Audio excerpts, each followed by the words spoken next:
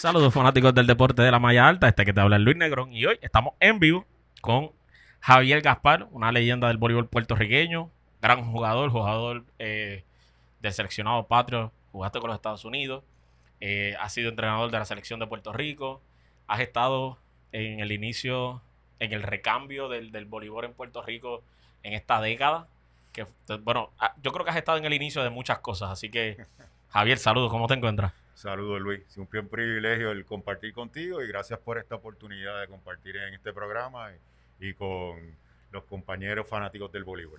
Vamos a comenzar con la historia de Javier Gaspar. Mucha gente, y ayer estuve dando un refresh en la red, en el internet, y hay mucha información, pero mucha de tu historia la escribieron en el 2000.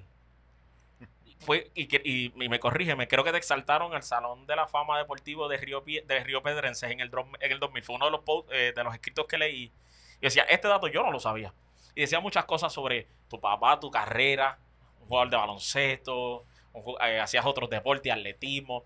Cuéntale a la gente cuándo comenzó el amor por el deporte de Javier Gaspar. Bueno, desde muy temprana edad, como tú bien dices, yo empecé en atletismo, en la Asociación Nacional de Atletismo, la ANA, que después se convirtió en la Asociación de Atletismo Juvenil Infantil, la AJI, y ahí pues yo corría 25, 50, 75, 100 metros, lanzamientos de la bola de pelota, salto largo, hacía de todo y era un muy buen atleta, ¿no? Luego de eso, a los 10 años, empiezo a jugar baloncesto en el Colegio de Ingenieros. Y entonces estuve jugando baloncesto básicamente de ingenieros hasta primera categoría, hasta cuarto año de escuela superior. Entonces en octavo grado, en cuarto grado, en la escuela elemental de la Universidad de Puerto Rico, donde hice mis estudios de escuela elemental, mis estudios primarios, pues ahí es la primera vez que empiezo a jugar voleibol. En Okay. un equipo que hizo el profesor Dani Soto, que en paz descanse, que era mi maestro de educación física ahí y me gustaba mucho y tenía habilidad, brincaba bien, ¿sabes? Dominaba los fundamentos del juego y esa fue la primera experiencia que tuve. El primer torneo que jugué era mini Ajá. juvenil, fue en la Academia Santa Teresita, en la calle Eloísa, y me acuerdo que jugamos contra el equipo del Espíritu Santo, del Colegio Espíritu Santo. Y nos ganaron en 2 sets, 16-14 y 15-0. Wow. En esa época no Rally había point. rally point, ¿no? Esa fue la primera experiencia en un juego de voleibol y después de ahí pues me seguí enamorando del voleibol, combinaba, ¿no? El voleibol en la escuela y jugando baloncesto en la escuela y fuera de la escuela en el colegio de ingeniero, como te dije. No es hasta décimo grado que empiezo a jugar voleibol fuera de la escuela. Okay. En esa época no es como ahora que habían todos estos clubes y demás. En esa época, pues los equipos de voleibol superior tenían su franquicia, su finca, Ajá. para desarrollar talento para llevarlos a superior. O sea que se jugaba tercera categoría, era por edad, Ajá. obviamente, segunda categoría, primera categoría y entonces superior. Yo ahí empecé a practicar con el equipo de Trujillo Alto, Okay. que era el equipo superior que me quedaba más cerca y pasé por todo ese proceso, ¿no? Con ellos jugué tercera, segunda y primera. Y como te dije anteriormente, pues siempre combinando el baloncesto y el voleibol, seguí en pisticampo, pero más bien en la escuela. Pero ya te puedo decir, en décimo grado, cuando empecé a jugar categorías menores con Trujillo Alto, pues ahí empezó una inclinación fuerte a que me gustaba más el voleibol que el baloncesto. Y tuve ofertas para jugar baloncesto superior cuando estaba en la high de la universidad, en Okay. UHS. Y también tuve ofertas para jugar voleibol superior cuando estaba en high school, pero decidí pues terminar mi año junior y senior jugando solamente en la escuela antes de jugar superior en cualquiera de los dos deportes. Y luego de eso, pues recibo una beca para estudiar y jugar en Penn State University. Y estuve allí, yo me gradué de escuela superior en el 84 y me gradué de la universidad en el 88 y tuve la dicha de ser regular los 4 años en Penn State y ir a 2 Final Fours, ser All American los 4 años, los últimos 2 años primer equipo All American. Y ahí pues también empieza el proceso de reclutamiento por parte de USA Volleyball, ¿no? Para que me integrara, para que fuera parte del programa. Me invitaron a los programas de torneos juveniles que ellos tenían, que en esa época se llamaban el National Sports Festival y el Olympic Sports Festival, y tuve el privilegio de jugar tanto en el 85 como en el 86. En el 1987, pues hago el equipo que representó a los Estados Unidos en las universidades. Ese año fueron en Zagreb, en Yugoslavia. Y luego de eso, cuando terminó mi participación en Penn State, pues regreso a Puerto Rico. Y estoy trabajando en Puerto Rico con el gobierno federal en el servicio forestal, con investigadores, trabajando aquí en el Yunque, recopilando datos para que los investigadores nos analizaran, y ahí pues me hacen una oferta para jugar con los Changos de Naranjito en el voleibol superior.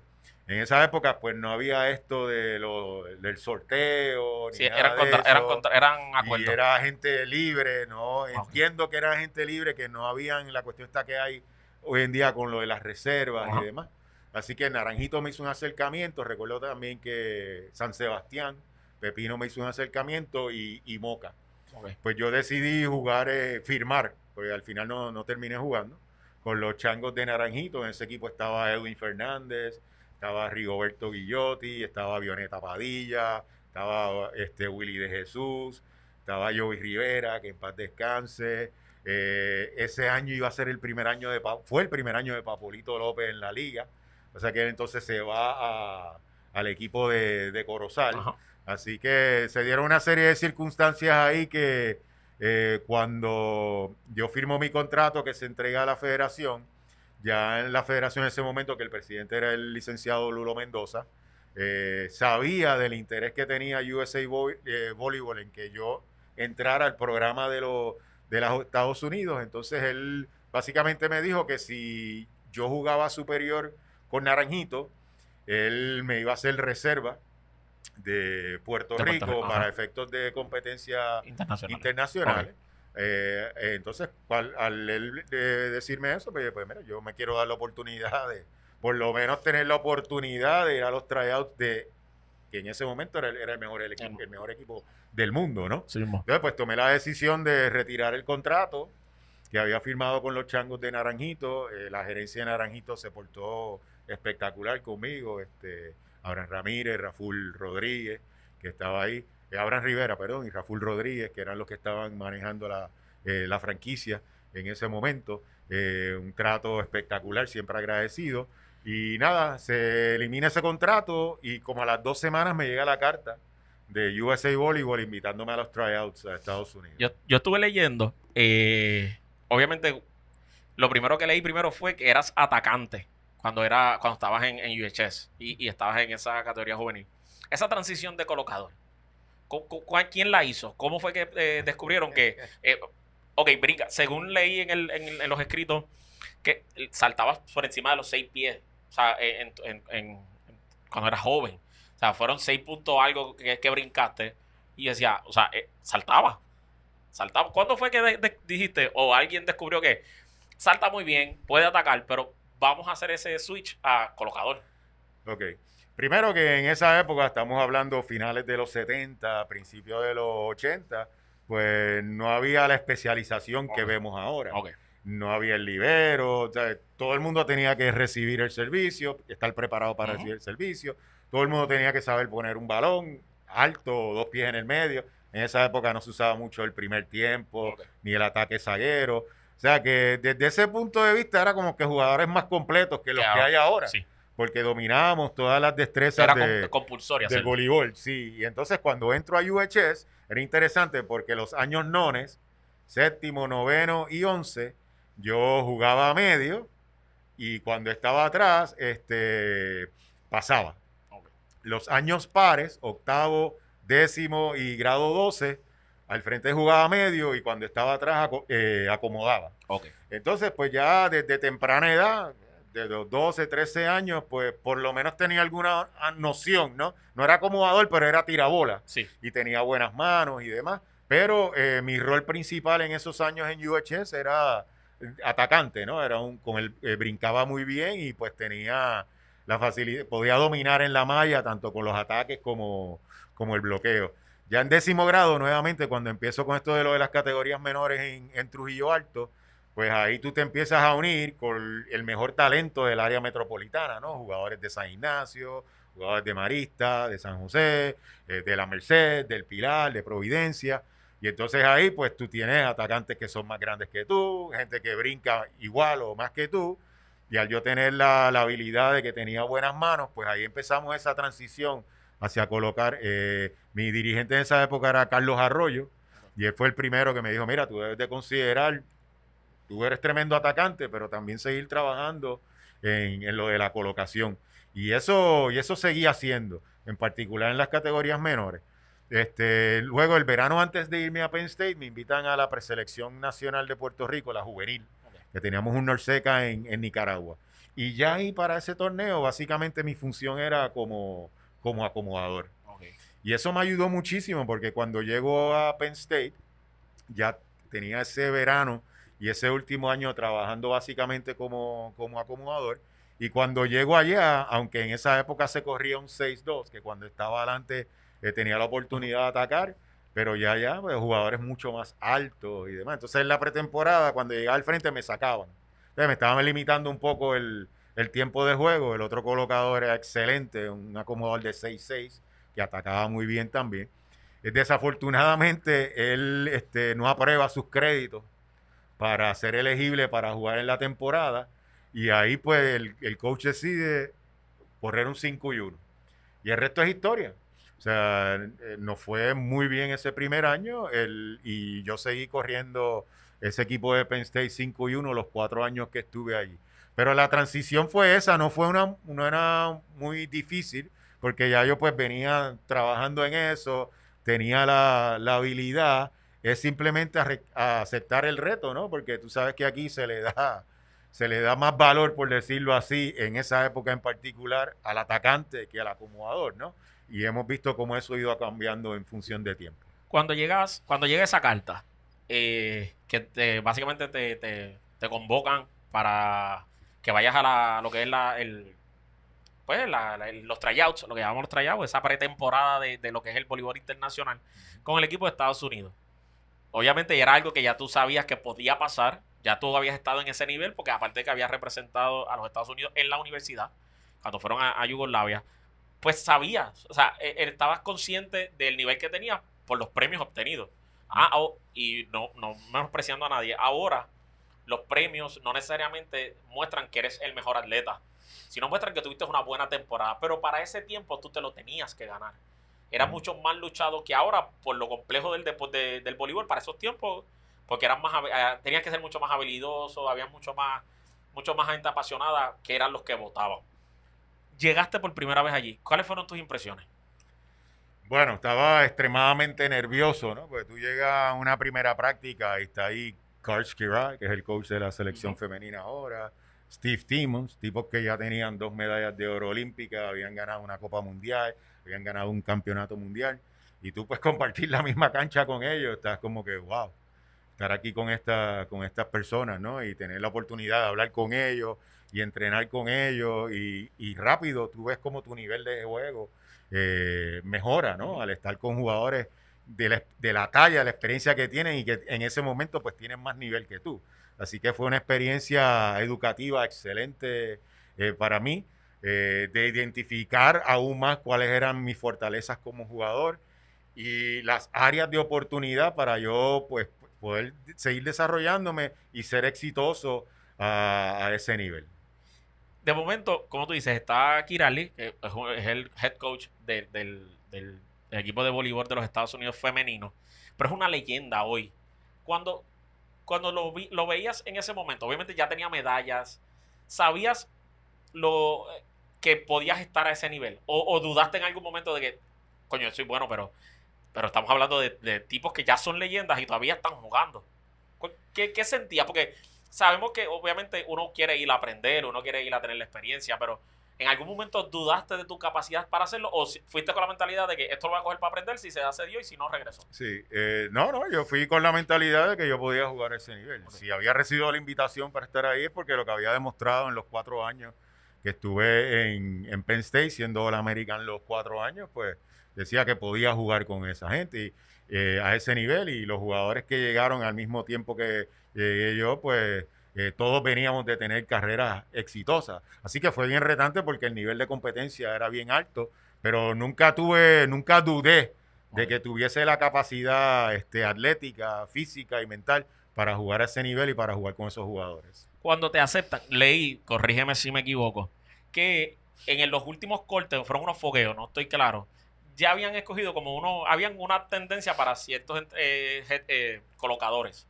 Y uno de estos selecciona, no son, lo leí yo creo que en ese mismo reportaje. Y tú entras y te adueñas de la posición en la selección. ¿Es correcto? Bueno, eso sucedió en una gira. Okay. Nosotros, ¿verdad? Estábamos en ese momento en una gira contra equipos rusos. Okay. Y estábamos en Detroit. Y yo para esa gira iba a ser el segundo colocador. El primer colocador era Jeff Stork, que fue el acomodador regular en el 88 y luego en el 92. Entonces Jeff sufre una lesión en el primer juego. Y entonces yo vengo del banco, estábamos perdiendo también. Y ahí pues cambió toda la dinámica y ganamos ese juego y terminamos barriendo de la serie a los rusos, ¿no? Así que por lo menos por esa serie estuve por encima de Jeff Stork. Ya una vez pues él se recupera de su lesión, pues regresa al cuadro regular y yo sigo como su backup hasta que él pues decide abandonar el equipo nacional. Y ahí pues yo estuve como acomodador regular por un buen tiempo. O sea que tú tomaste, y obviamente esa situación de un compañero cuando se lesiona es bien cómoda. Yo creo que tú lo viviste con el seleccionado masculino puertorriqueño en esta pasada década, que esas lesiones no todo el mundo las logra superar. Y obviamente a ese nivel, el primer partido, esos nervios, porque aunque ya eras un atleta de alto rendimiento, All American, llevabas mucho tiempo teniendo éxito, son gente que ya vive con uno. Y lograste hacerlo, luego de que él se retira, te quedas con la posición por un tiempo. Ese primer partido con el uniforme de los Estados Unidos, siendo puertorriqueño, porque la gente tiene que entender que Javier Gaspar nació en Puerto Rico. No, naciste en los Estados Unidos, pero tu papá era militar. Entonces regresas a Puerto Rico y haces tu vida estudiantil en Puerto Rico, haces tu vida completa en Puerto Rico hasta que decides estudiar en la universidad. ¿Qué sentías? Porque para mí, aunque hayas nacido afuera, eres puertorriqueño, padres puertorriqueños, tu papá era militar, tenía que estar allá porque eran sus labores. Naces allá, pero eres puertorriqueño. ¿Cómo se sentía? ¿Cómo lo veías tu compañero sabiendo que al final del día eras puertorriqueño? Sí. Mira, en el mundo del deporte, gracias a Dios, ¿no? A diferencia de lo que se está viendo ahora en los Estados Unidos con la que se ha instituido nuevamente que lo del racismo es algo aceptable, ¿no? Y a ese racismo sistémico que vemos ahora mismo. En el mundo del deporte y cuando yo estaba allí, pues no era así, ¿no? Okay. Yo no te puedo decir que mis compañeros me veían diferente porque era de Puerto Rico, ¿no? Dicho eso, pues yo sé de dónde soy, sé dónde estoy y sé hacia dónde quiero ir, ¿no? Y yo donde quiera que he ido, pues digo, yo soy puertorriqueño y estoy extremadamente orgulloso de eso. Desafortunadamente, pues se dieron unas circunstancias por las cuales no pude representar a Puerto Rico, aunque al final de mi carrera terminé representando a Puerto Rico como jugador, ¿no? Pero cada vez que estaba ahí en la línea de fondo, que tocaba el himno nacional, el que tocaban, obviamente el que tocaban era el de los Estados Unidos, pero uno siempre, ¿verdad? Uno lo está escuchando, pero lo que está pensando es en la borinqueña, ¿no? Ajá. Un dato curioso, me acuerdo que me dio un poco de coraje, ¿no? Cuando el primer programa, en la primera gira que nosotros fuimos, pone el nombre del jugador, de dónde estudió y el de dónde es. Yo nací en Washington, D.C., en la capital de los Estados Unidos. Entonces en Hometown ponían Washington, D.C., y eso yo lo mandé a cambiar. Yo no soy de Washington, D.C. Ahí tiene que aparecer Río Piedras, Puerto Rico. Y ese cambio lo hicieron rápidamente. Otra cosa, yo tengo una muy buena amiga que se llama Jocelyn Collazo. Ella jugaba waterpolo de la selección femenina aquí en Puerto Rico. y ella me regaló un pin de waterpolo de Puerto Rico. Y ese pin, durante los 4 años y medio que yo estuve en el equipo nacional de los Estados Unidos, lo tenía en mi jacket siempre, en el lado de mi corazón. Así que siempre llevaba la mona estrellada conmigo en ese regalo que me hizo Jocelyn Collazo. Y eso es bien importante. A veces las oportunidades se dan por un propósito. En aquel momento, Estados Unidos de una no titubeó en yo necesito a Javier Gaspar, por lo menos en mi preparación y ver si lo puedo traer a mi grupo, obviamente a representar a los Estados Unidos. Y son oportunidades que yo creo que nadie, ningún atleta, perdería la oportunidad. Primero estamos hablando, era el mejor equipo en aquel momento. O sea, quería decir que tú estabas en el mejor equipo, quería decir que estabas entre los mejores colocadores del mundo. Obviamente sin quitarle mérito, obviamente en otros países, pero cuando el mejor equipo te convoca, eso es algo bien positivo para ti como atleta. No son oportunidades que no debemos desaprovechar.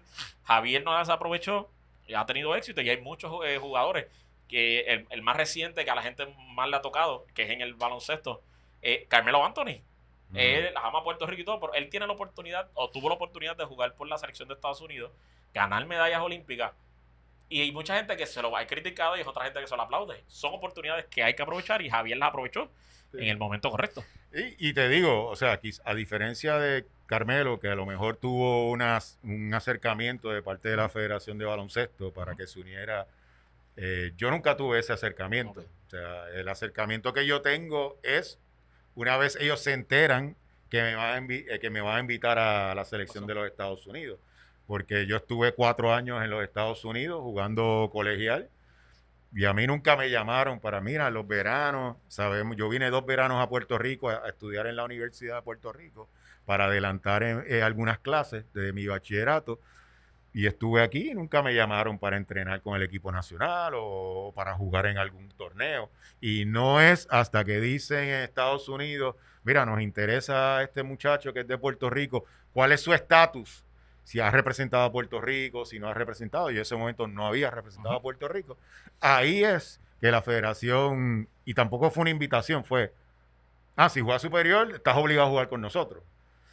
Sí, y entonces, pues eso fue algo que, mira, yo entiendo que ustedes no están en posición de exigirme algo que nunca de habían exigirme exigido. ahora, porque yo me fui de aquí, ninguno de ustedes sabía quién yo era, y el interés viene a raíz de que USA Volleyball te envió una carta preguntando cuál es mi ciudadanía deportiva.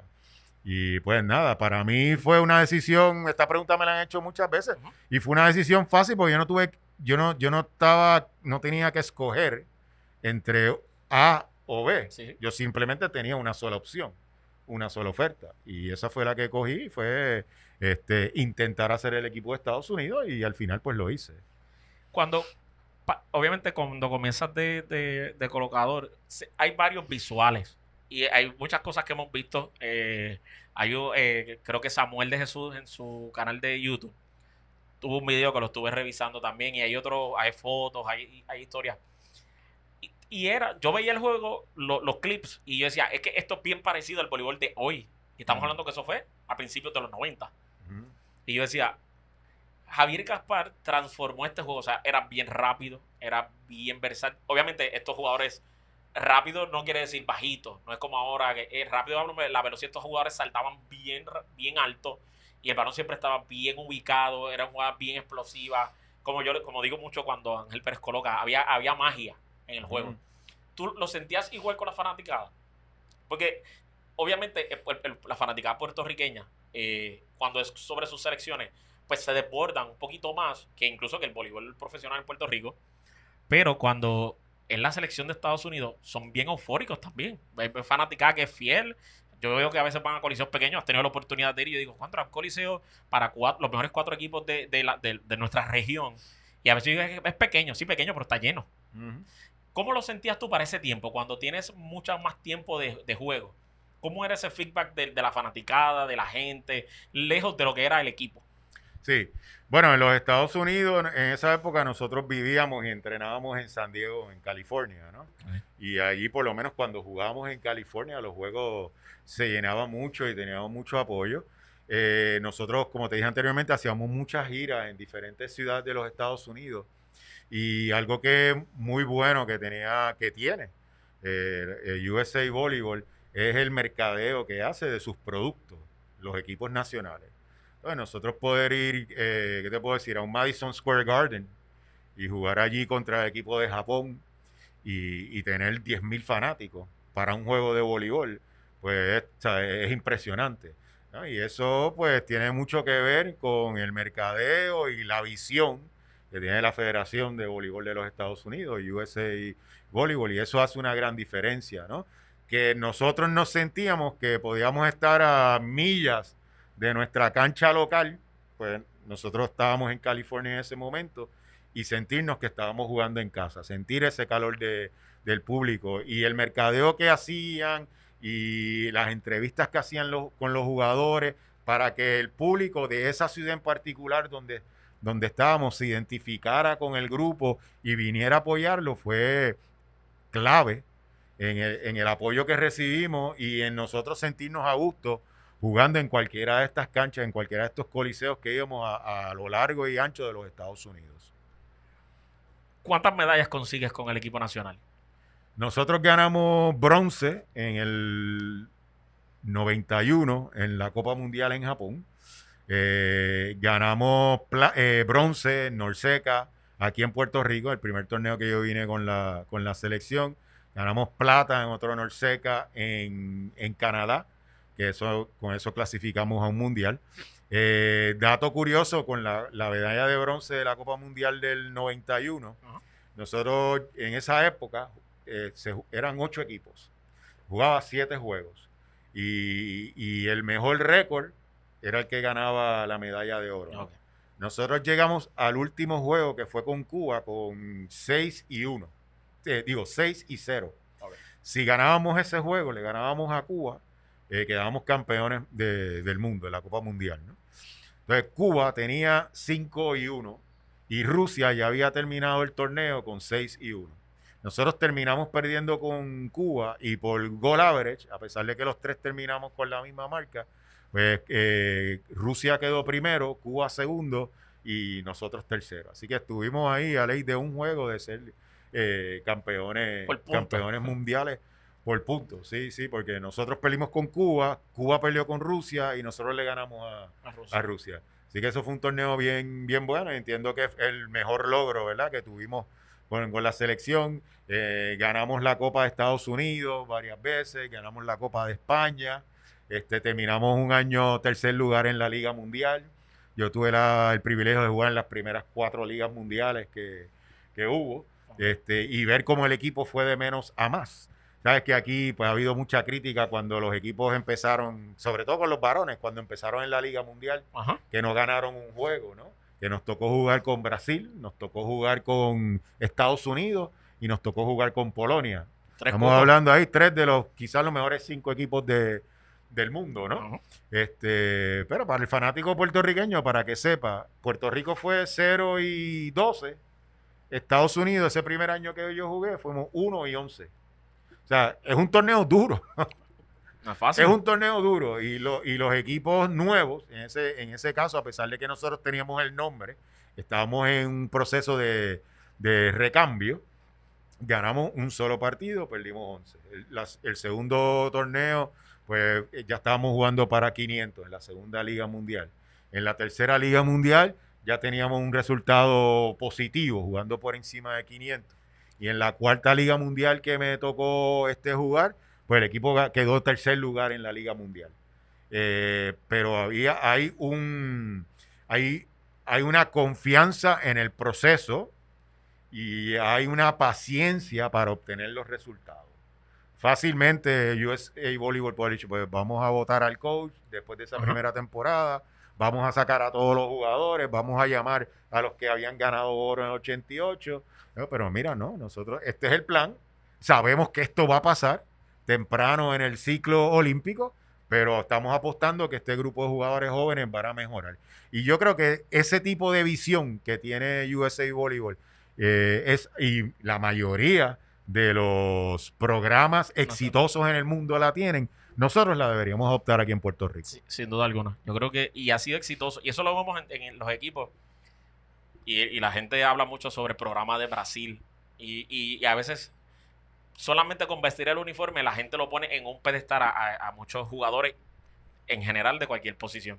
Pero ellos vienen de un programa cuando tú sientes la confianza de tu federación, de tu país, es distinto la manera en la que juegas. Y yo creo que eso también, al Puerto Rico ser, como digo yo, 100 por 35, somos 3 millones viviendo adentro, 5 viviendo fuera. Esa presión de que donde quiera que te metas vas a encontrar un boricua. Y el boricua es bien exigente. O sea, no importa que entendamos que a lo mejor no tenemos la preparación correcta. El puertorriqueño va o gano o me molesto. O sea, no hay mucha opción. Y en nuestra cultura yo creo que todos estamos de acuerdo con eso. Cuando va el recambio, pero ya tú estás dentro, que estás viendo que ya puede pasar el proceso de que, ok, ya llegó mi tiempo, o cómo fue que pasó la decisión contigo de no jugar más por la selección de Estados Unidos. Ok. Yo estaba entrenando para los Juegos Olímpicos de Barcelona, ¿no? Ok. Que fueron en 1992. Y nada, yo estuve, a pesar de que no hice el equipo olímpico, Ajá. sí nos mantuvimos dentro del programa entrenando, ¿no? La federación antes de eso hubo un cambio de coach. Ok. El coach que me lleva a mí al equipo es Bill Neville. Luego de 2 años en el equipo y con diferencias con la federación en cuanto a la visión de cómo teníamos que llevar el programa y cómo seguir desarrollando los jugadores, decide renunciar. Okay. Y ahí entra Fred Stern. Entonces, Fred decide, como 3 o 4 meses antes de la Olimpiada, traer a 4 o 5 jugadores que habían ganado oro en el 88. Los veteranos. A los veteranos. Y entonces ahí se le hizo un acercamiento a Kirali, que al final no jugó. A Steve Timmons. Regresó Doug Partee. Regresó Bob Steverlik y regresó Jeff Stork, el acomodador. Todos ellos que venían de jugar y tener muchísimo éxito en la liga profesional en Italia, ¿no? Entonces ahí, pues ellos vienen y Fred pues tiene que hacer el corte y ahí yo me quedo fuera de ese grupo que fue para Barcelona. Él como segundo colocador se lleva a Dan Greenbaum, que era de la Universidad del Sur de California, excelente colocador y que él había traído al programa, ¿no? También se queda fuera de ese grupo Ubaldo Acosta, que en paz descanse, uno de los mejores jugadores de voleibol que yo he visto en mi vida, que venía de ser el mejor pasador en el Mundial, que nosotros ganamos medalla de bronce, y también lo dejó fuera, y se lleva jugadores pues que él había traído, ¿no? Y eso, pues, ahora que yo soy dirigente, ¿no? Y a este nivel profesional o semiprofesional, y a nivel de selección nacional, quizás eso no lo entendía en ese momento, pero uno lo entiende ahora. Uno usualmente va a traer jugadores, no solamente de su confianza, pero que uno entiende que encajan más en el sistema, en las cosas que uno tiene que uno está haciendo con miras a obtener unos resultados, ¿no? Pero dato curioso con Fred Stern, los únicos 2 equipos que yo no hice en los Estados Unidos fueron dirigidos por él. Okay. Así que eso lo que me deja decir es que mi estilo de juego no encajaba con su filosofía de juego. Y eso pues uno lo tiene que entender. Yo creo que eso nos cuesta, en la actualidad nos cuesta. Y me ha pasado. Por ejemplo, yo dirigí una de las ligas semiprofesionales, se puede decir, que es la Liga Copubo. Bueno, todas las ligas aquí en Puerto Rico son semiprofesionales. No lo dije yo, pero es cierto. Y fue bien difícil porque cuando el momento de hacer el corte, yo me reunía con el equipo de trabajo y quien produce estuvo los 2 años conmigo. Y me decían, ¿qué tú ves en esta jugadora que no la sacas? ¿Por qué no? Y es que yo quiero esto y yo veo que ella no, pero no la hemos probado. Sí, pero es lo que veo. Y ese primer año sé que tomé muchas jugadoras que al final del día no estaban a ese nivel. Porque traje jugadoras que yo tenía confianza porque me habían dado este nivel, o sea, un nivel de clubes, de categorías menores. Y llega ese momento y no lo dan. Ella para el segundo año fue distinto. Y empiezo con jugadoras, porque esta me quedé con ella porque me gusta, pero traigo esta porque la he visto. Sé lo que me puede dar. Y esos recambios, no, a mucha gente no le gusta, pero si no encajas, no te puedes enojar con el coach, no te puedes enojar con esa nueva administración. No encajaste, pues ya los resultados que vayas a tener ya no son cosa mía. Él tomó la decisión de no llevarte. haya sido exitoso o no sus resultados, pues nunca no te enojaste con él. Así que cuando mencionaste ahorita que tuviste la oportunidad de participar con el seleccionado patrio como jugador, ¿cuánto tiempo pasa de que decides que ya no estás participando con los Estados Unidos a cuando Puerto Rico te convoca? ¿O cómo fue que sucedió ese approach entre Puerto Rico y Javier Gaspar? Pues mira, luego de los Juegos Olímpicos del 92, yo me quedé un año más en el programa de los Estados Unidos, hasta el 93. Y ese año, gracias a Humberto Rodríguez, que había dirigido en España, firmo un contrato para jugar en Vigo, en el Larsa de Vigo, se llama el club. Y me voy a España. Entonces, ese primer año, todavía el licenciado Lulo Mendoza era el presidente de la federación, y los caciques de Mayagüez, en esa época eran los caciques de Mayagüez, estaban interesados en que yo jugara con ellos. Yo terminaba mi compromiso en España en mayo, o sea que yo creo que era como para la postemporada. Okay. Y entonces el ruling, por decirlo así, la opinión del licenciado Mendoza fue que como yo no era elegible para jugar con el equipo nacional de Puerto Rico, no podía jugar en la Liga Superior. Que no tiene sentido. A pesar de que aquí habían jugadores de la República Dominicana jugando como nativos, había jugadores, incluso había un jugador colombiano que estaba jugando. Él estaba enojado con Gaspar. Aquí. Porque tomaste la decisión de, mientras no te llamaron para ser parte del seleccionado patrio, pues ellos te trataban como cualquier jugador. Cuando te llama USA Volleyball, entonces ellos pretenden que tú desaproveches esa oportunidad por esta, y digo malas crianzas, no lo tomen a mal, pero de que cuando lo tenía disponible ni lo miraba, cuando veo que alguien lo tiene, ahora lo quiero. Entonces se enoja contigo y no te hace elegible cuando tus padres son puertorriqueños, estudiaste toda tu carrera escolar en Puerto Rico, viviste en tiempo después venías a Puerto Rico frecuentemente mientras fuiste parte del programa de Penn State en la universidad y no era elegible. Esa fue la excusa simplemente porque representaste a Estados Unidos. Sí, algo de eso había. Yo creo que es un poco la mentalidad del colonizado, le digo yo, ¿no? Lo de aquí no es bueno hasta que lo dice el extranjero. E incluso ahora muchas veces como dirigente, ¿no? Muchas de las cosas que muchos dirigentes puertorriqueños han planteado, no las escuchan y la dice uno con un acento diferente, y esa es la ley de la tierra entonces. Y entonces, pues esa es nuestra mentalidad. O sea, nosotros tenemos el talento aquí, tenemos los recursos aquí, debemos de aprovecharlo y ayudarlo a capacitar más gente y a desarrollarlo, ¿no? Pero nada, volviendo a lo del tema, luego de eso entra a la presidencia de la federación el licenciado Carlos Beltrán. Entonces, el licenciado Carlos Beltrán, una de las cosas que hizo fue eliminar esa regla de que si no eras elegible para la selección, que no podías jugar en el torneo superior. Ahí también se hace el primer sorteo en la Liga de Voleibol Superior.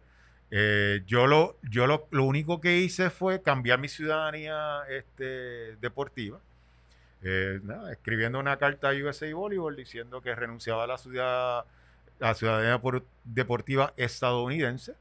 Y entonces ahí, pues, puedo jugar en el Voleibol Superior de Puerto Rico, entro al sorteo y soy seleccionado en el primer turno, en el primer sorteo que se hizo en Puerto Rico por los Bucaneros de Arroyo. Y eso fue en el 1995. Y ahí es que empieza esa transición, ¿no? Jugué 4 temporadas en voleibol superior en Puerto Rico, 2 con los Bucaneros de Arroyo. Ese año también es el primer año de Piqui Soto. Que era de Arroyo. De Arroyo, sí, jugamos juntos allí. Esas 2 temporadas en Arroyo fueron buenísimas. Unos recuerdos bien bonitos. Arroyo venía la temporada anterior de haber ganado un solo partido. En esa próxima temporada que se hacen varios cambios, entra Piqui, entro yo, pues es un equipo que se mete a la postemporada. Llegamos a cuartos de finales, creo que ganamos 16 juegos y perdimos 8. La cancha de Arroyo llena a capacidad en todos nuestros juegos. Allí le ganamos a el único equipo que no le ganamos ese año fue a los Cafeteros de Yauco, que llegaron a la final. Pero en Arroyo, por ejemplo, allí cayó Naranjito, allí cayó Corozal, allí cayó San Sebastián. Así que fueron 2 temporadas bien bonitas jugar ahí en Arroyo. Luego de esos, pues Arroyo me cambian, jugué una temporada en Mayagüez con los Caciques de Mayagüez y ese equipo se convierte en los Rebeldes de Moca al próximo año y ese es el último año que juego voleibol superior, fue en el 1998 que quedamos subcampeones ese año en la serie final perdiendo con Naranjito. Así que esos 4 años te sirvieron obviamente es profesional, semiprofesional, o sea, hay un tipo de ingreso. Pero tú venías de haber estudiado biología en la Universidad de Penn State. ¿Qué tan fácil? Porque hoy, y estamos muchos de acuerdo, en las redes sociales se habla sobre que nuestros atletas no pueden ser atletas 100%, porque obviamente en Puerto Rico nos paga. Y estamos todos de acuerdo. Hay gente dice que es la economía, otro pues que los recursos de mercadeo, que es algo que Estados Unidos lo hace muy bien. Ahora mismo van a abrir una liga nueva así. En febrero vamos a jugar. Y ya tienen a Larson, ya han convocado a Auri. O sea, de nada a mucho. Y es la manera en la que Estados Unidos se mercadea. Esos 4 años, ¿lo combinaste con trabajo o te dedicaste solamente a jugar? Pues mira, yo desde que me gradué en el 88 de Penn State hasta que me retiré como jugador, el 98, mi único ingreso era de voleibol. Okay.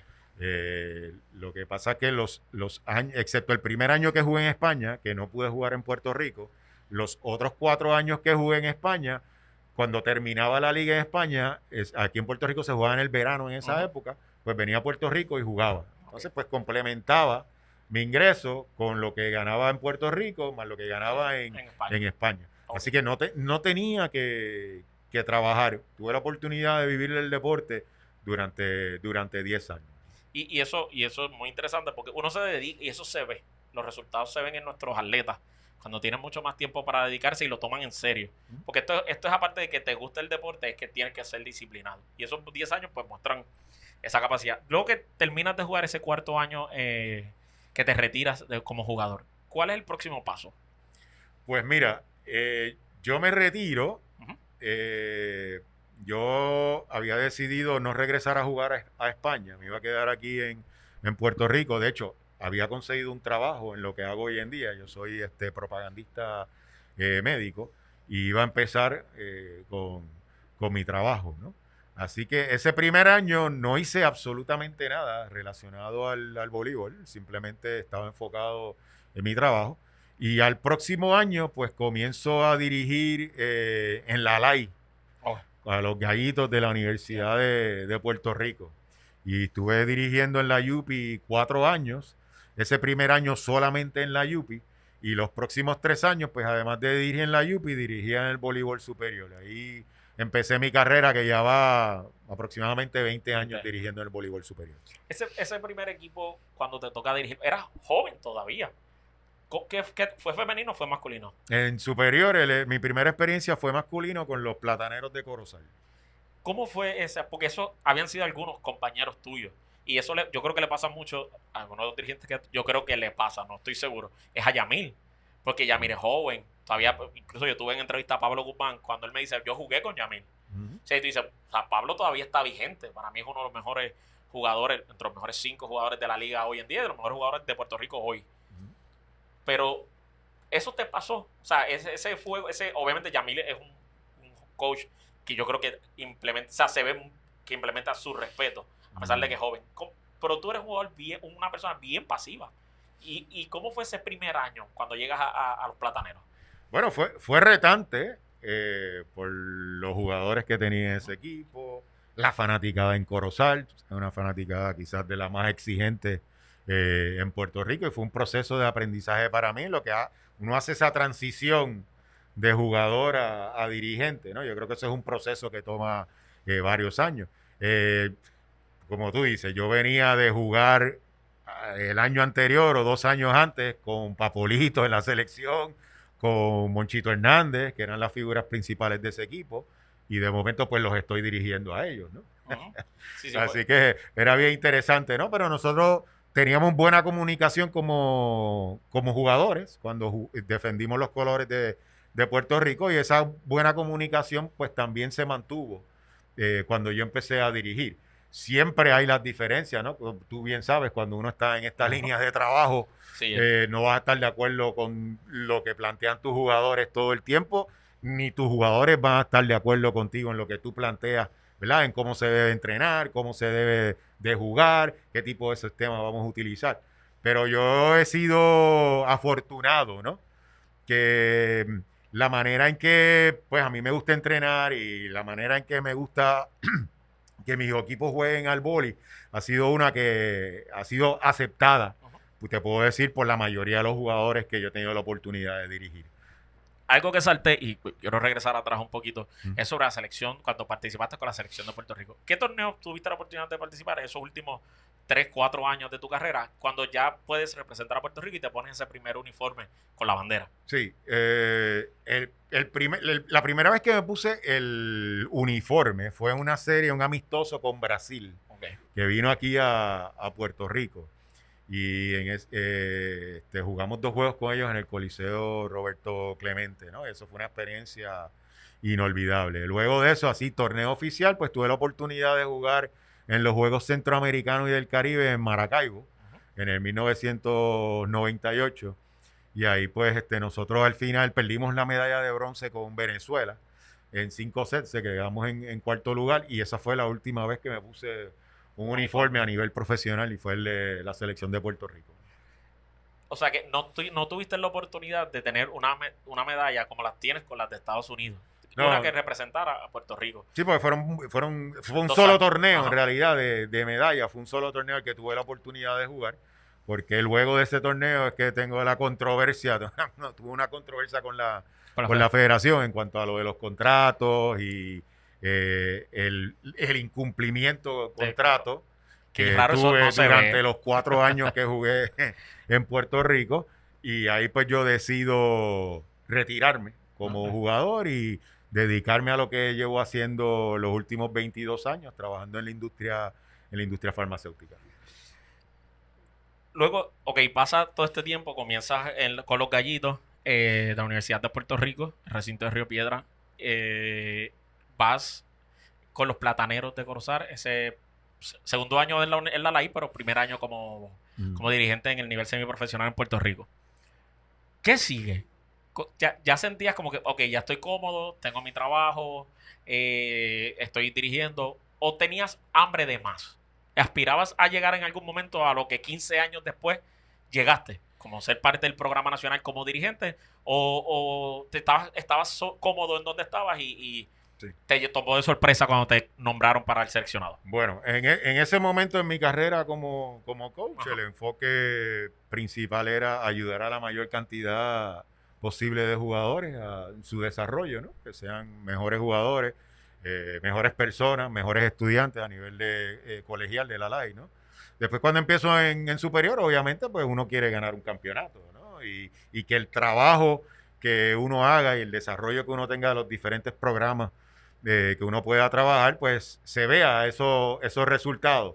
Preferiblemente con campeonatos, pero si no, pues con una mejoría en el nivel de juego de los equipos.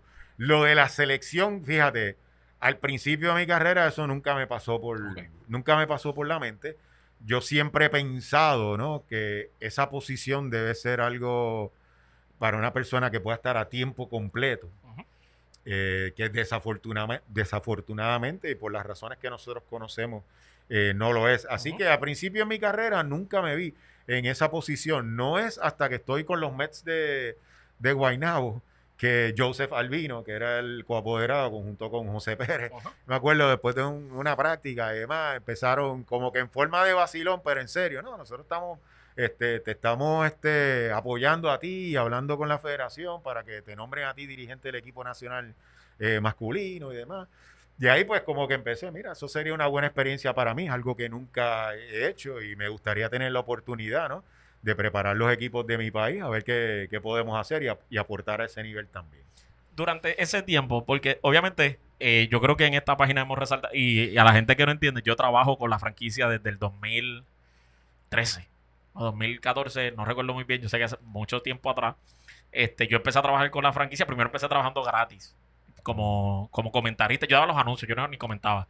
Yo daba los anuncios y ya. Estaba Javier y no me acuerdo el nombre de otro muchacho narrando hasta que yo me quedo como titular narrando por los pasados 4 años, 5 años. Así que, pues yo empecé gratis trabajar con los Mets, por eso pues casi muchos de los jugadores que traigo o gente que conozco pues está envuelta con esto, son amigos, son gente que trabajamos juntos.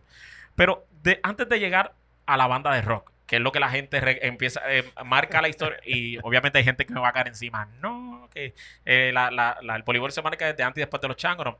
Para mi visión, y yo creo que para la gente que viene subiendo del 2000 hacia acá, recordamos mucho la banda de rock hacia acá. Porque Guaynabo marcó una era del voleibol en esta década. O sea, si cuando tú pasas del 2000 al 2010, hay variedad de equipos, pero yo creo que el más dominante fue Naranjito, ganando varios campeonatos en esa década. Pero del 2010 hasta el 2020 a la actualidad, Guaynabo ha sido el equipo más dominante y eso nadie lo puede dudar. Antes de la banda de rock, ¿cuántos equipos tuviste? Porque tuviste en Corozal desde el 2000, más o menos 2001. ¿Cuándo cambiaste de Corozal? ¿Cómo fue el proceso y cuántos equipos estabas? Pues mira, yo estuve ese primer año en Corozal, el segundo año no regresé y no tuve equipo y me reclutó Humberto Rodríguez para ser su asistente con los Caribes de San Sebastián. Y ahí pues llegamos a una serie final que perdimos con Naranjito, por cierto. Luego de eso, regreso a Corozal. Y en esa segunda oportunidad en Corozal llegamos a una serie final con Naranjito, que fue una serie durísima, 7 partidos, y perdimos ese último juego 3-1, que en casa llena en el Coliseo Rubén Rodríguez. En mi primera experiencia en una serie Naranjito Corozal, o sea que los juegos empezaban a las 8:30, por ejemplo, y yo llegaba a la cancha a las 5 y ya la cancha estaba a mitad de llena, ¿no? Sí, sí. En Corozal, por ejemplo, nosotros decidimos jugar todos nuestros juegos en Corozal. Pusieron unas pantallas gigantes fuera de la cancha para que la gente que no pudiera entrar pudiera ver el juego afuera. O sea, un ambiente increíble que esperemos que eso se siga viendo, ¿no? Yo creo de que ahora en adelante. Naranjito trajo, y eso yo lo estuve hablando con quien produce y con varias personas. Naranjito ha traído un poco de ese pique en esa pasada final con las criollas. Y muchas de estas fanáticas que dejó de ir a las canchas, de ambas franquicias, tanto de Corozal como de Naranjito, y obviamente San Sebastián, Lares, que son equipos de tradición, Yauco, poco a poco se están reavivando. Y la gente ya no le importa si mi equipo está jugando o no.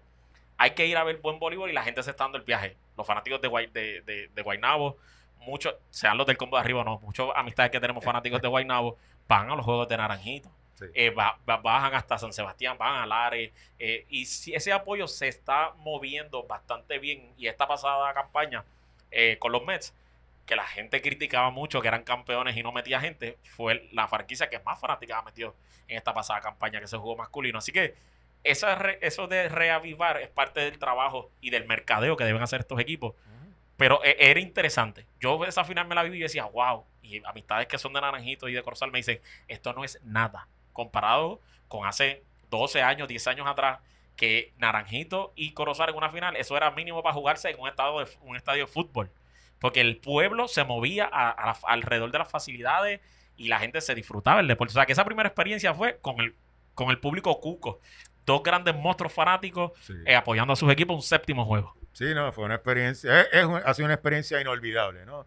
Tú entrar a la cancha, los primeros juegos en Naranjito, luego ellos se mudan al Coliseo Roberto Clemente y el ambiente en Corozal era impresionante, ¿no? Algo que nunca lo he experimentado como dirigente en ninguno de los otros sitios que he dirigido, ¿no? Pues luego de Corozal y esa final, pues paso a los Criollos de Caguas y estuve allí 2 temporadas. Luego de Caguas voy a Carolina, los nuevos gigantes de Carolina. Estuve pero luego de Caguas voy a San Juan. Okay. De ahí me muevo a los gigantes de Carolina. Y después de los gigantes de Carolina, pues me hacen un acercamiento para ser asistente con los Mets de Guaynabo. Ellos acababan de entrar a la liga el año anterior, que Pique había sido el dirigente. Luego entra Monchito Hernández. Ajá. Y entonces me contratan a mí para ser asistente de Moncho. Okay. Y me mantuve ahí como asistente el tiempo que estuvo Monchito, que creo que fueron dos temporadas. Si no que fuera la temporada que estuvo Piqui, que cerró Piqui, Peño, Vitito. Sí. Y entonces luego de Moncho, la gerencia trae a Mauro Grasso. Y entonces Mauro estuvo un año. Yo no iba a ser parte de ese equipo de trabajo. Ok. Pero entonces, por las cuestiones estos del permiso del trabajo y de visado de Mauro, él iba a llegar un mes más tarde de la fecha que ellos tenían previsto para empezar la pretemporada. Ok. Entonces, yo pues teníamos excelente relación y tengo al día de hoy excelente relación con la gerencia del equipo de Guaynabo, que en esa época era el licenciado Jorge de Jesús, que en paz descanse, Joseph Albino, entonces Alan Obrador. Ellos me hacen un acercamiento y me dicen, mira, tenemos esta situación. Mauro no va a estar por un mes. Yo había decidido, me acuerdo, no dirigir ese año porque acababa de convertirme en papá por primera vez y quería pues disfrutarme esa etapa con Erika Alexis, con mi hijo. Y entonces pues ellos me hacen ese acercamiento y yo le digo, bueno, si es por un mes, pues yo, ¿sabes? Los ayudo en la pretemporada y demás. Entonces en ese equipo es que está Feño, está Piqui, creo que estaba Vitito también, Ángel Pérez, tenemos un equipazo, ¿no? Y entonces pues ayudo en la preparación de ese equipo. Cuando viene Mauro, salimos a almorzar todos y Mauro y yo hicimos un clic de inicio, ¿no? Y seguimos hablando y él como que me convence de que me quede Sí, que te quedes. con él y fue la mejor decisión que pudo haber hecho porque ese año con Mauro Grasso aprendí muchísimo, ¿no? Desde planificación a sistemas de juego, o sea, él traía muchas cosas de lo que hacían en los programas nacionales de Brasil y uno poder adaptar eso y criollizarlo un poco, ¿no? A la necesidad de nosotros en Puerto Rico como voleibolistas. Así que fue un año de mucho aprendizaje. Luego de eso, pues Mauro no regresa ese próximo año y entonces ahí es que me nombran a mí dirigente de los Mets de Guaynabo y ahí es que sale que Ángel apoda el equipo la banda de rock. Pues esos años que estuve como asistente fueron bastante frustrantes porque el equipo invirtió muchísimo tratando de conseguir el mejor talento local, lo cual hicieron, Sí. pero no se obtuvieron los resultados deseados, que era ganar el campeonato. No, y que debe ser bien frustrante porque el que conoce el voleibol puertorriqueño, nada más nombrar a Héctor Piqui Soto te da una seguridad de mínimo para ese tiempo, estamos hablando de hace 10 años, 11 años atrás, era el mejor jugador de Puerto Rico y estaba entre los mejores jugadores del mundo. Está Víctor Vitito Rivera, que es uno de los mejores pasadores que ha tenido nuestro continente y yo creo que ha estado entre los mejores pasadores en su era de juego. O sea, eran jufeños, la criatura, Gregory Berrío, eran jugadores top, Ángel Pérez, eran jugadores que representaban nuestro país, que traían victorias grandes, que daban buenos espectáculos contra equipos europeos, contra los mismos juegos contra Estados Unidos, eran un clásico y que no salieran los resultados, definitivamente debía ser bien frustrante para esta administración que incluía a un gran amigo del voleibol, que es Alan Obrador, que es un tipo que conoce el voleibol moderno, no tan solo es una mente maestra en las comunicaciones o en las inversiones, es que conoce el deporte y tenía esa virtud y yo me imagino que debe ser bien frustrante para estas personas. Y nada, luego de esa experiencia que tuvimos, pues un poco se desmantela el equipo, que es cuando yo entro, ¿no? Ahí pues se cambió a Piqui, Feño también, Víctor, o sea, se rompió el equipo y empezamos básicamente de cero, ¿no? Nos quedamos con Ángel, ahí entra Steven Morales, y ahí pues ese grupo, en cambio conseguimos a Jackson Rivera, ahí está Cholo Peña entonces como gerente general y selecciona en el sorteo a Pablo Guzmán, Sí. Ya teníamos a Edwin Montaño, nos quedamos con él, nos llega Jonathan King, y ahí empezamos con lo que Ángel termina bautizando como la bandita de rock. Y era un equipo, yo me acuerdo, ¿verdad? Nosotros nos sentamos en las reuniones con los apoderados y demás, entonces empezamos a hablar de que, mira, nosotros nos tenemos que quitar esta presión de que si no es ganando un campeonato, es un fracaso. Porque eso es muchísima presión y presión que está de más. Nosotros vamos a apostar a que a cada juego que salgamos vamos a dar nuestro mejor voleibol. Algunos los vamos a ganar, otros los vamos a perder, pero vamos a salir de la cancha satisfechos con el esfuerzo que hicimos. Y esa fue nuestra mentalidad, por lo menos esos 5 años que yo estuve dirigiendo, que logramos 5 finales corridas. Ese primer año, yo me acuerdo, el torneo preparatorio fue en Fajardo. Y lo ganamos. Y ahí como que dije, mira, este equipo tiene tiene posibilidades porque teníamos quizás el mejor pase de la liga. Y cuando tú tienes un Ángel Pérez que no se tiene que mover del centro de la cancha, pues las situaciones 1 contra 1 por todos lados van a estar ahí. Y hacer rally point, nosotros en esos 5 años fuimos un equipo que nunca nos destacamos por bloquear mucho balón, pero sí quitamos la bola, aún con una eficiencia bien alta. Y esa fue la clave de nosotros, ¿no? Teníamos un gran líder en Ángel Pérez, que lo que hizo en esos 5 años con el equipo fue hacer a sus compañeros de equipo mejores jugadores de voleibol. Yo a veces, ¿verdad? Leo lo que escribe la gente en las redes sociales, lo que sale en la prensa. No, que si Guaynabo, que si están montados y demás. Pero es interesante que nosotros llegamos a esas 5 finales y en ninguna de las 5 finales éramos los favoritos para ganar el campeonato. Ganamos 3 de ellas, ¿no? Perdimos 2, pero nunca éramos los favoritos para ser campeones y en muchos casos nunca éramos favoritos ni siquiera para llegar a la final. Yo me acuerdo el último año que dirigí, que le damos la final a San Sebastián, tanto la prensa como la mayoría de la fanaticada lo que querían ver era Mayagüez y San Sebastián en la final, ¿no? Nosotros pues eliminamos a Mayagüez en una gran serie, que para mí fue la final en el sentido de que yo entendía que Mayagüez era un macheo más complicado para nosotros, para los Mets de Guaynabo, y que nosotros machábamos mejor con San Sebastián. Y así fue, ¿no? Nosotros pasamos de una serie dura, 6 juegos, que fácilmente se pudo ir a 7 juegos con el equipo de Mayagüez, y jugamos a una serie final que ganamos en 4 juegos, aunque 3 de esos 4 partidos fueron a 5 parciales y nosotros tuvimos que venir detrás en esas tres victorias. Pero yo entendía que para nosotros el macheo duro era Mayagüez y nosotros machábamos mucho mejor con San Sebastián. Bueno, la gente, yo sé que todavía falta mucho más por hablar sobre la historia de Javier Gaspar, sobre lo que ha pasado con la banda de rock, obviamente hasta esa final con San Sebastián, pero todavía falta mucho más de Javier Gaspar en los pasados 6-7 años, así que vamos a dejar una segunda parte para que todos estén pendientes, que esta segunda parte va a ser igual de interesante. Vamos a hablar sobre tu paso por la selección masculina, tu paso por la selección femenina, las salidas de ambas selecciones. Una fue para cambio, otra fue para simplemente sacarte del programa nacional. Entras a los indios a las Indias de Mayagüez, el trabajo que has estado haciendo y otras cositas más sobre el voleibol en Puerto Rico. Así que esperen esa segunda entrevista que viene pronto.